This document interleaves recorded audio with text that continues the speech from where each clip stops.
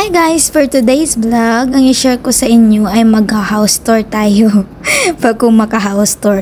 So, i-share ko sa inyo yung car at saka house namin na maliit dito sa Europe while staying here in Europe. So, halina kayo, pasok, pakita ko sa inyo. So, bali, ito siya, ang tawag nila dito is camper.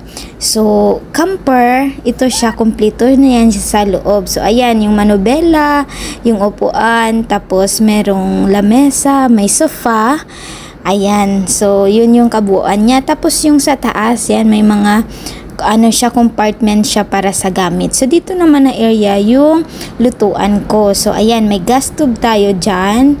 Ayan, may 3 lutuan tayo. Tapos, sa baba niya naman, dito naman yung mga lalagyan natin ng baso, plato, at saka mga etcetera. Ayan, like that. Tapos, meron din yan siya oven, guys. So, kompleto yan siya. So, ito yung bahay namin dito sa Europe. So, bakit kami nag-rent nito? Kasi, pupuntahan natin yung iba't ibang country dito sa Europe. So, magtutour tayo. So, ayan guys, medyo mahal siya guys. 145 yung per day niya. 145 euros. So, bali ano yan siya, mga 9,000 pesos per day sa Pinas.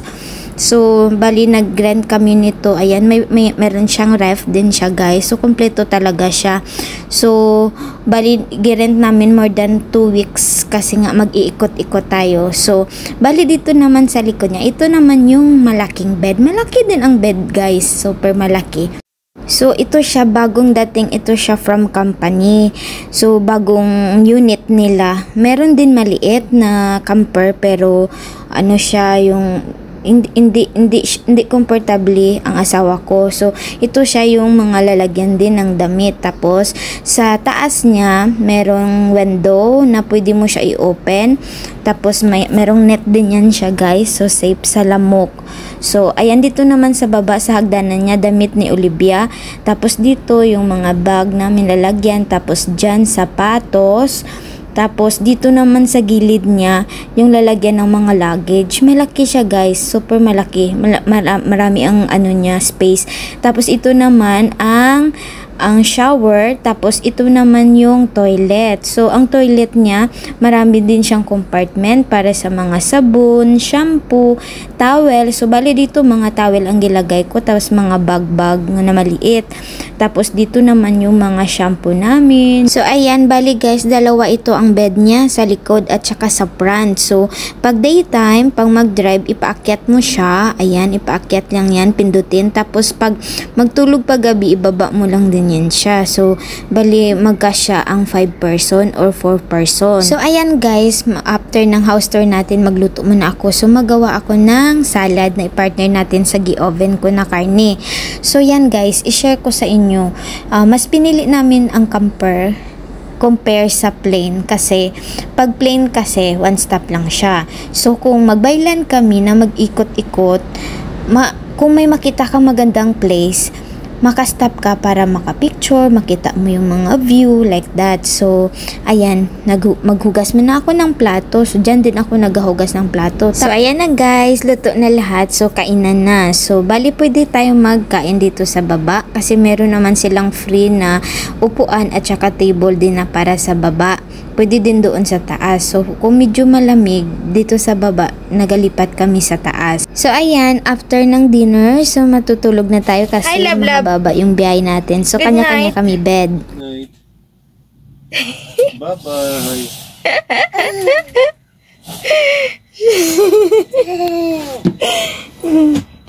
Here. So, dito kami sa big bed ni Olivia.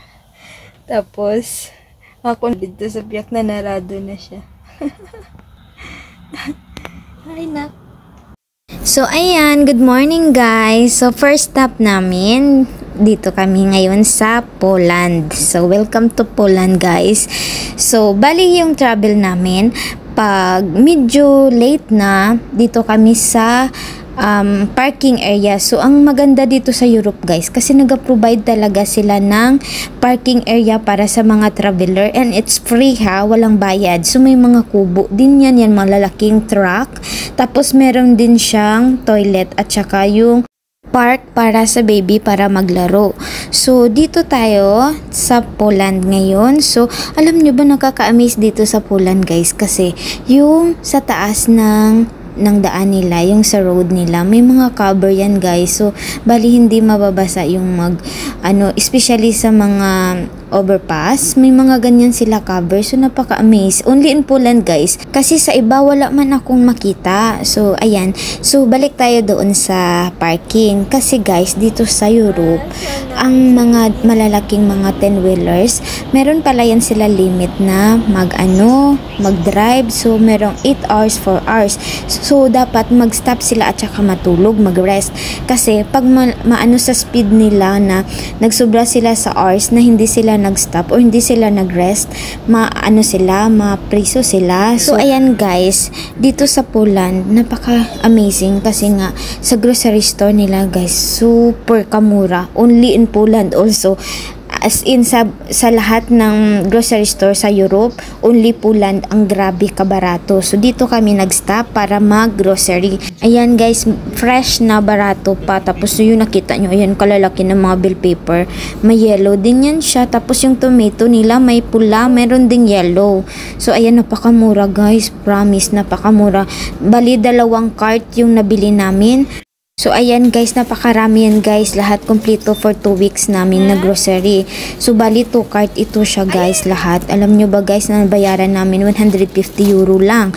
So, kung i-compare namin sa ibang grocery sa place sa Europe, mga 300 or 400 euros ito siya guys. So, bali dito sa likod guys, may compartment din siya na malaki.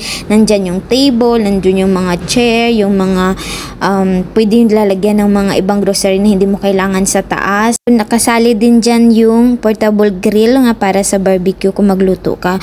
So, ito yung before natin na ref at saka ito na yung after natin. After natin mag-grocery. So, ayan. 'Di ba masaya ang lahat kasi may pagkain na. Ayan, habang nagbiyahe, pwede ka magkain-kain. So, next naman natin napuntahan dito sa Poland yung restaurant. So, ayan, dito tayo sa harap ng restaurant. Alam nyo ba guys, kahit ang restaurant nila napakamura din siya. As in, yung nabayaran namin, it's 14 euro. So, dalawang na yun siya. Dalawang menu ang nabili namin. Tapos, gi-take out pa namin kasi hindi namin naubos kasi malalaki yung portion ng food nila. Malalaki yung plate. Bali, hindi makaya ng isang tao kainin. So, ayan guys, first stop natin sa Poland. So, next natin video is ang Czech Republic. So, yan lang muna for today's video. Bye-bye!